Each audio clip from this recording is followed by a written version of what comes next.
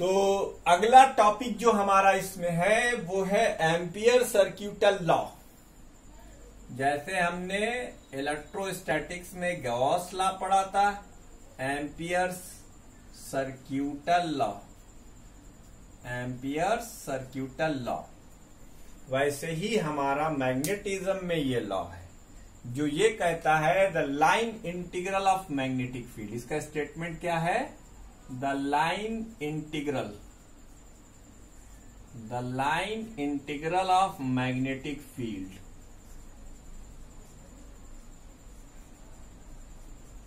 Over any close path, the line integral of magnetic field over any closed path is equal to mu 0 times current threading through it। इसका current threading through it मतलब ऐसे जैसे आप कपड़ा सिलते हैं तो सुई में से धागा ऐसे निकाल कर कपड़े के अंदर से ऐसे ले जाते हैं, तो ये थ्रेडिंग थ्रू इट। ये हो गया एम्पियर के सर्क्यूटल लॉ का स्टेटमेंट। इसका लॉ लिखने के लिए इंपॉर्टेंट है, इसका प्रूफ करने के लिए इंपॉर्टेंट है। The line integral of magnetic field over any close path is equal to mu not times current threading through it.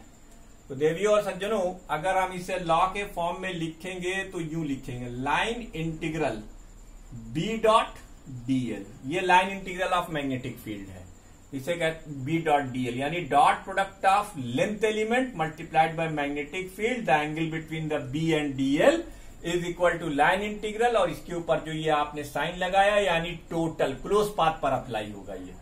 ये लॉ कहां अप्लाई होगा? सिमेट्रिकल क्लोज पाथ पर ही अप्लाई हो पाएगा। B dot dl is equal to mu naught into I enclosed. I in लिख देते हैं, क्या लिख देते हैं? आई इन लिख देते हैं। आप जानते हैं where mu naught is the permeability of free space. Mu naught क्या है? Permeability of free space. ये फ्री स्पेस की परमिएबिलिटी है। इसकी वैल्यू चलिए हम आपकी इच्छा के लिए एक बार और लिख देते हैं, 10⁻⁷ टेस्ला मीटर एम्पियर की पावर -1। ठीक है, टेस्ला मीटर एम्पियर की पावर -1 हो गई। अच्छा, म्यू नॉट हो गया। अब आओ इसको प्रूफ करते हैं कि कैसे हम अपना एम्पियर का सर्क्यूटल लॉ कहीं लगाते हैं। देखो बेटा, जैसे हमने गॉस लॉ लगाने के लिए गॉसियन सिलेंडर और गॉसियन स्फीयर की वो करी थी, वैसे ही जब हम एम्पियर सर्क्यूटल लॉ कहीं लगाते हैं तो हमें क्लोज पाथ चाहिए, यानी सिमेट्रिकल स्ट्रक्चर होगा तो एम्पियर सर्क्यूटल लॉ लगेगा। अगर सिमेट्रिकल स्ट्रक्चर नहीं है तो फिर एम्पियर सर्क्यूटल लॉ नहीं लग पाएगा। इसीलिए आप देख रहे हैं कि इस इंटीग्रल के साइन पर हमने ये छल्ला बनाया है। ये रिंग बता रहा है कि आपका इंटीग्रल क्लोज पाथ पर होना चाहिए, यानी आपको पता होना चाहिए कि आप कहां से कहां तक जा रहे हैं। अगर ये नहीं पता है तो फिर आप नहीं लगा सकते। सीधी बात है। ठीक है, आपको अगर नहीं पता है तो आप नहीं लगा सकते। तो permeability of free space 4.10⁻⁷ tesla metre ampere की पावर -1। दोस्तों, इसका प्रूफ करते हैं, proof of Ampere circuital law. इसका प्रूफ करते हैं, proof of Ampere circuital law. चलिए साहब, इसको प्रूफ कर डालते हैं, एम्पियर सर्क्यूटल लॉ। इसका प्रूफ इंपॉर्टेंट है। Consider an infinite long wire. एक वायर कंसीडर कीजिए, consider an infinite long wire carrying a current I. मान लीजिए आपके पास एक वायर है, वायर से एक current, consider a long wire carrying a current I. Clear है? ठीक। अब ये आपने वायर लिया, वायर में आई करंट फ्लो कर रही है। ठीक, इससे आप आर डिस्टेंस पर एक पॉइंट लेंगे, पॉइंट पी। ठीक, आर डिस्टेंस पर एक पॉइंट लेंगे पी। ठीक, अब ये वायर है, देखिएगा फिगर को समझिएगा, ये वायर है, हम इसमें एक सर्कुलर एम्पियर लूप बनाने जा रहे हैं, जो पहले हम आपको 3D में दिखा दे रहे हैं ऐसे पिक्चर में। ये देखिए, ये 3D पिक्चर में है, यानी ये जो हमारा इसको इस करंट को कंटेन करने वाला सर्कुलर लूप है वो इस वायर के प्लेन के परपेंडिकुलर है, ये देखिए। और ये जरूरी है क्योंकि एम्पियर का सर्क्यूटल लॉ क्लोज पथ पर लगता है। ये वो लूप है, इसका नाम क्या है? Amperian loop. क्या नाम है इसका? Amperian loop. ये है आपका एम्पीरियन लूप। ठीक, एम्पीरियन लूप। अब बेटा ये जो तुम्हारा सर्किल है, अब याद करो मैग्नेटिक फील्ड स्टार्ट करके जब हमने आपको वो वायर वाला इनफाइनाइट लॉन्ग वायर वाला केस बताया था, तभी बता दिया था कि किसी भी इनफाइनाइट लॉन्ग वायर के थ्रू जो मैग्नेटिक फील्ड होती है वो कंसेंट्रिक सर्किल्स होती हैं। तो एक सर्किल तो ऐसा जितना बड़ा एम्पियर सर्क्यूटल लूप है उतना बड़ा एक सर्किल मैग्नेटिक फील्ड का भी होगा, यानी एम्पीरियन लूप और मैग्नेटिक फील्ड लाइन का लूप दोनों एक दूसरे के जैसे होंगे। तो इसका मतलब अगर आपने यहां पर एक छोटा सा लेंथ एलिमेंट डीएल लिया तो मैग्नेटिक फील्ड यहां पर इसके पैरेलल होगी। बस यही समझाना चाह रहे थे कि at point P DL and B both are parallel to each other. बस अब आपने जैसे ही ये लिखा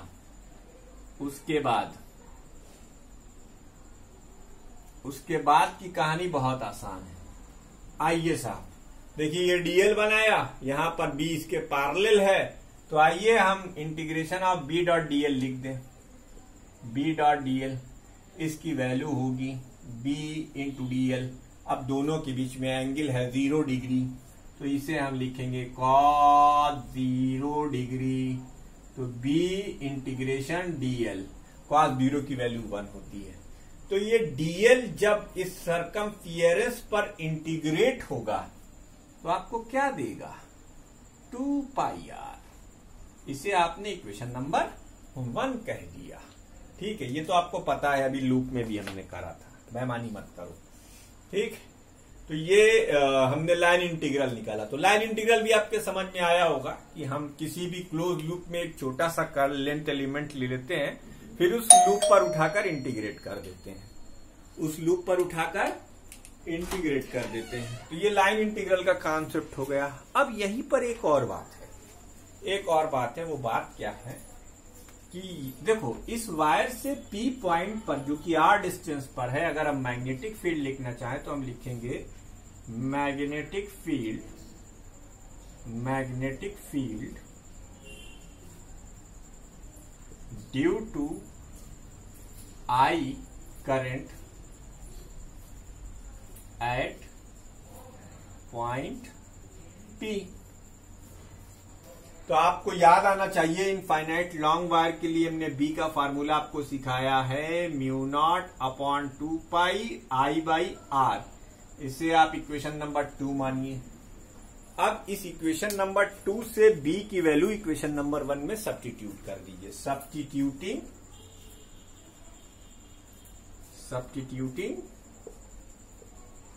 बी फ्रॉम 2 इन 1, देखिए क्या आता है। तो line integral of B dot dl, B की जगह पर आप लिखेंगे μ0/2 pi I by R into 2 pi R. 2 pi से 2 पाई कैंसिल, आर से आर कैंसिल। क्या यही एम्पियर सर्क्यूटल लॉ है? कहिए यस सर। तो ये था एम्पियर सर्क्यूटल लॉ और उसका प्रूफ। इंपॉर्टेंट है ये 3 मार्क में और 1 मार्क में भी। Right the ampere circuital law अगर आएगा तो यहां तक लिखना है। State and prove ampere circuital law आया तो यहां से लेकर यहां तक लिखना है। वीडियो को पॉज कीजिए, इसे नोट कीजिए और आगे बढ़िए। चलिए साहब, अगला टॉपिक आपका इसमें है application of Ampere circuital law. अब देखिए, अब ये कान घुमा के पकड़े। Application, ampere circuital law application. हम इस हेडिंग को वीडियो को पॉज करके आप इसे नोट कर लेंगे, मुझे बार बार ये बताने की जरूरत नहीं है, मैंने आप इसीलिए मैं हट भी गया था कि आप इसे देख लें। Ampere circuital laws, Ampere circuital laws application. अब इसको आप जरा सीधा करके लिख लीजिएगा। ऑन वीडियो को पॉज करें, फिर हम नोट करें, फिर उतारे, ये सब काम आप जानते हैं हम नहीं करते। तो इसमें जो पहली एप्लीकेशन है वो ये है, B due to an infinite long wire I promised you while using Biot Savart law for long wire, कि वो जो इतना लंबा चौड़ा इंटीग्रेशन से डेरिवेशन हमने निकाला था वो हम आपको 2 स्टेप में करके दिखाएंगे। ये समय आ गया। B due to an infinite long straight wire, straight current carrying wire, current carrying wire. ठीक, अब देखिए, आपने एक वायर लिया, क्या लिया आपने? एक वायर लिया। इस वायर में आई करंट फ्लो कर रही है, ठीक। आर डिस्टेंस पर एक पॉइंट पी है। हम यहां मैग्नेटिक फील्ड निकालने में इंटरेस्टेड है, वो भी एम्पियर सर्क्यूटल लॉ लगाकर। तो एम्पियर सर्क्यूटल लॉ लगाने के लिए हमें दो चीज का ख्याल रखना। सबसे पहले हमें इसको बंद करना पड़ेगा। तो इस वायर को बंद करने के लिए, इस वायर को क्लोज करने के लिए सबसे अच्छा और सबसे सरल रास्ता क्या है कि आप इसके ऊपर एक सर्कुलर लूप ऐसे बना दीजिए। ये पॉइंट आपका इनक्लोज हो जाएगा। ये क्या है आपका? Amperian loop. ये क्या है आपका? एम्पीरियन लूप, ठीक। इसमें आप यहां पर एक छोटा सा लेंथ एलिमेंट डीएल लीजिए। तो अब आपको मुझे बार बार बताने की जरूरत नहीं कि बी यहां पर इसके पैरेलल होगी। भाई मैग्नेटिक फील्ड तो होगी, ये तो आपको मालूम है, करंट कैरिंग कंडक्टर है तो मैग्नेटिक फील्ड तो उससे होना ही होना है। तो ये बी हो गई। तो अब हम लोग लिखेंगे the line integral of magnetic field, the line integral of magnetic field over Amperian loop, over Amperian loop, line integral of B dot DL, यानी बी डीएल दोनों के बीच में एंगल है cos 0 डिग्री, cos 0 डिग्री। तो ये क्या हो गया? B DL. इसकी वैल्यू हो गई b इंटू 2πr। इसे आप इक्वेशन नंबर 1 कहो। अब देखो, बाय एम्पियर सर्क्यूटल लॉ इस लूप में कितनी करंट है? I करंट है। तो बाय एम्पियर सर्क्यूटल लॉ, अगर हम एम्पियर का सर्क्यूटल लॉ लगाएं, by ampere's circuital law, integration of B dot DL, इसकी value mu not times I होगी। ये इक्वेशन नंबर 2 हो गया। बच्चों आप इक्वेशन नंबर 1 और 2 को देखिए, इसकी लेफ्ट हैंड साइड आपको इक्वल दिखाई दे रही है, कहिए यस सर। तब अब इक्वेटिंग 1 एंड 2, इक्वेटिंग 1 एंड 2, 1 और 2 को इक्वेट करेंगे तो b 2πr mu naught into I, it implied that b is equal to mu naught upon 2πi/r। अपना किया वादा मैंने निभा दिया, 2 स्टेप लिखे और मैग्नेटिक फील्ड आ गई। वो जो इतना रायता फैलाकर हमने किया था वो एक्सप्रेशन देखिए और एम्पियर सर्क्यूटल लॉ के थ्रू एक्सप्रेशन देखिए, तो आपको एकदम क्लियर कट समझ में आएगा कि कितना इजी है। लेकिन एम्पियर सर्क्यूटल लॉ के साथ एक सबसे बड़ी प्रॉब्लम क्या है कि इसको लगाने के लिए हमें हाई डिग्री की सिमेट्री चाहिए। तो हाई डिग्री की सिमेट्री हमारे पास हमेशा नहीं होती, इसलिए एम्पियर सर्क्यूटल लॉ हम बहुत दूर तक नहीं घसीट पाएंगे। एक पहला हमने इसके लिए कर दिया। अब आइए वीडियो को पॉज करके इसको नोट कर लीजिए, मैं हट जा रहा हूं, यहीं पर आपको वीडियो पॉज करना है। अब उसके बाद हम लिखेंगे B due to current carrying solenoid. आइए मैं आपकी मुलाकात कराने जा रहा हूं तीसरे ज्योमेट्रिकल कांस्टेंट से, जो कि इलेक्ट्रिकल सर्किट में यूज होता है, जिसको हम प्योर फिजिक्स की लैंग्वेज में इंडक्टर कहते हैं। वैसे इसका नाम यहां पर हम सोलेनाइड रख रहे हैं। अब सोलेनाइड क्या होता है, आप किसी भी मास्टर से पढ़ते हो, कसम खुदा की पूछ लीजिएगा, सर मैग्नेटिक फील्ड सोलेनाइड की स्ट्रेट और पैरेलल कैसे होती है। मेरी इस वीडियो को देखिएगा और देखकर जहां जहां पढ़ते पढ़ाते हो वहां जाके पूछ लेना कि भैया ये बता दो इसकी फील्ड स्ट्रेट एंड पैरेलल कैसे होती है। वो बता दे तो मेरा नाम बदल के जो चाहे सो रख देना। ठीक, मैं मोदी की तरह वादा कर रहा हूं आपसे। पूछ लीजिएगा जिस मास्टर से भी आप पढ़ते हो, चैलेंज करता हूं इस बात का कि सोलेनाइड की फील्ड वो एक्सप्लेन नहीं कर सकते। और क्यों नहीं कर सकते अभी दिखाता हूं। V due to a current carrying solenoid. सबसे पहले तो हम ये जानेंगे कि सोलेनाइड होता क्या है। Current carrying solenoid, B due to current carrying solenoid. बेटा सोलेनाइड बनाने के लिए आपको एक इंसुलेटिंग मटेरियल का लंबा सा पाइप लीजिए, कम से कम 1 मीटर का पाइप होना चाहिए। 1 मीटर का पाइप होना चाहिए। और इस 1 मीटर के पाइप पर आप थिन कॉपर वायर के कम से कम 100 नहीं 500 टर्न्स तो रैप कर ही दीजिए। कितने टर्न्स? 500 टर्न्स। ठीक, 500 टर्न्स। अब इतना हमारे पास टाइम नहीं है, आप समझ गए होंगे मैं क्या करने के मूड में हूं। स्पाइरल निकलता है, एक तरफ से करंट अंदर जाती है और दूसरी तरफ से करंट बाहर आती है। लेकिन इसके लिए आपको यहां पर एक बैटरी लगाना होगा। ठीक, प्लस और माइनस। भैया देखो, है तो ये सोलेनाइड, यानी इसका जो फिगर है वो ये है, ये ओरिजिनल मान है। जैसे रजिस्टर होता है, जैसे कैपेसिटर होता है, वैसे ही सोलेनाइड होता है। अभी फिलहाल ये यही सर्किट है। ठीक, इसे और अच्छे से तुम देख सकते हो। प्लस माइनस, आई करंट इधर से गई, पूछ लेना सही बता रही हूं, एकदम सही बता रही हूं। सही से फील्ड बता दें तो बताना हमसे, और जरूर बताना हमको कि हमको मालूम था ऐसे ही होती है फील्ड। आओ इसकी फील्ड पहले देखें, फिर हम एम्पियर सर्क्यूटल लॉ से उसको निकालेंगे। एक वायर लो, एक लूप लो जिसमें आई करंट फ्लो कर रही हो। इसके सेंटर पर जो मैग्नेटिक फील्ड होगी वो होगी स्ट्रेट,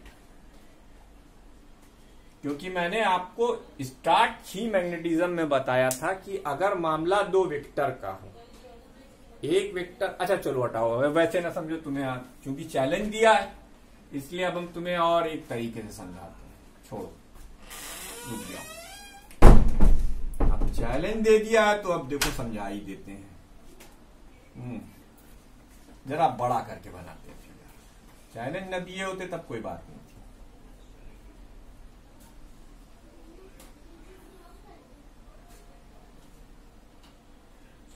ये लूप है, ठीक, इसके ये देखो, इसमें एंटी क्लॉकवाइज से करंट बह रही है, मतलब ये चूड़ी फिलहाल ऐसे है। ठीक है, यहां अंगूठा रखो तो इस पॉइंट पर जो मैग्नेटिक फील्ड होगी वो हम उसका पैटर्न ऐसे ड्रॉ करेंगे, देखते रहना। ठीक, अब अंगूठा ऐसे है in the direction of current, तो ये इस तरफ से मैग्नेटिक फील्ड लाइंस बाहर आएंगी और इस तरफ से अंदर जाएंगी। ये परपेंडिकुलर मामला है। वैसे ही अगर हम इस करंट इसकी बात करें, देखते जाना, गौर से देखना, अगर अंगूठा ऐसे रखा तो मैग्नेटिक लाइन ऑफ फोर्स का जो लूप होगा वो भी ऐसा ही होगा। लेकिन देवियों और सज्जनों, इस बार बाहर की तरफ, ठीक, और इधर से अंदर की तरफ। चलो इसके पड़ोस वाले से पूछते हैं, क्योंकि कि करंट का पैटर्न तो दोनों में सेम होगा, जैसे इसमें था। देखते जाना भैया, करंट का पैटर्न तो दोनों में सेम होगा। फिर वही कहानी हम दोहराएंगे, ठीक। इसका मतलब इसमें भी देखो, अंगूठा बाहर रखा, इधर से अंदर और इधर से बाहर, इधर से अंदर और इधर से बाहर। ये तो राइट हैंड थंब रूल से निकाल रहे हैं हम, कुछ नया तो कर नहीं रहे, ठीक है। ऐसे ही इसमें होगा, इसमें बाहर और इसमें अंदर। ऐसे ही एक दूसरा लूप लो, इसमें मार्फा इसमें नफा। इसकी फील्ड समझाने में हो जाता है अक्सर बड़ा खतरा है। तो अगर एक लूप की बात करी जाएगी, अभी रुक जाओ पहले इसकी फील्ड का पैटर्न, तो ये 3 तो हम बना के आपको समझा रहे हैं। ये देखिए साहब, इसमें भी ठीक वैसा ही होगा जैसे हमने 2 में करा था। अब ये ऐसे, अब अंदर वाली फील्ड तो एड अप होंगी, अंदर वाली फील्ड एड अप होंगी क्योंकि दोनों सेम डायरेक्शन में और दोनों आउटवर्ड हैं। मतलब इस एक पॉइंट पर लूप से, एक सिंगल लूप से फील्ड की डायरेक्शन ऐसे ही दूसरा लूप, ऐसे ही तीसरा लूप, ऐसे ही चौथा लूप, सब की अगर डायरेक्शन जोड़ी जाएगी, इसका मतलब इसका मैग्नेटिक फील्ड ऐसे, इसका मैग्नेटिक फील्ड ऐसे, इसका मैग्नेटिक फील्ड ऐसे। तो due to superposition of magnetic field due to individual coil at the centre, अब जब सारे टेंजेंट एक डायरेक्शन में हो गए तो फिर जब आप टेंजेंट का लोकस ड्रॉ करोगे तो वो स्ट्रेट लाइन आएगा। ना तुम्हारी किताब में ऐसे एक्सप्लेन्ड है और ना तुम्हें कोई ये बता पाएगा, ये भी बता दे रहा हूं, ठीक है। इन्होंने लिख दिया कि एक्सपेरिमेंटली ऑब्जर्व किया जाता है, एक्सपेरिमेंट नहीं, ये सुपरपोजिशन के प्रिंसिपल से राइट हैंड थंब रूल लगाकर आप सीधे सीधे डिसाइड कर सकते हैं कि किसी सोलेनॉइड के थ्रू फील्ड कैसी हो सकती है, वो स्ट्रेट एंड पैरेलल क्यों है, due to superposition of field. अब आप देखिए, अब इन तीनों को मिलाएंगे तो तीनों का टेंजेंट स्ट्रेट लाइन। अब ऐसे यहाँ पे 500 टर्न है, तो 500 टर्न के टेंजेंट को जब आप उसका पाथ लोकस लोगे तो स्ट्रेट लाइन आएगा, इसलिए सोलेनॉइड की फील्ड स्ट्रेट होती है। वरना पूछ लेना जो आता होगा पढ़ाने या जिसके आप पढ़ने जाते होगे कि बताओ भैया जरा ये स्ट्रेट और पैरेलल कैसे होती है। देखो दाएं बाएं साइन न कर जाए तो मेरा नाम बदल देना तुम लोग, ठीक है। तो सोलेनॉइड की फील्ड के ऊपर हम ये वीडियो यहीं रोकते हैं। अगले वीडियो में हम आपको इसकी मैग्नेटिक फील्ड कैलकुलेट करना सिखाएंगे।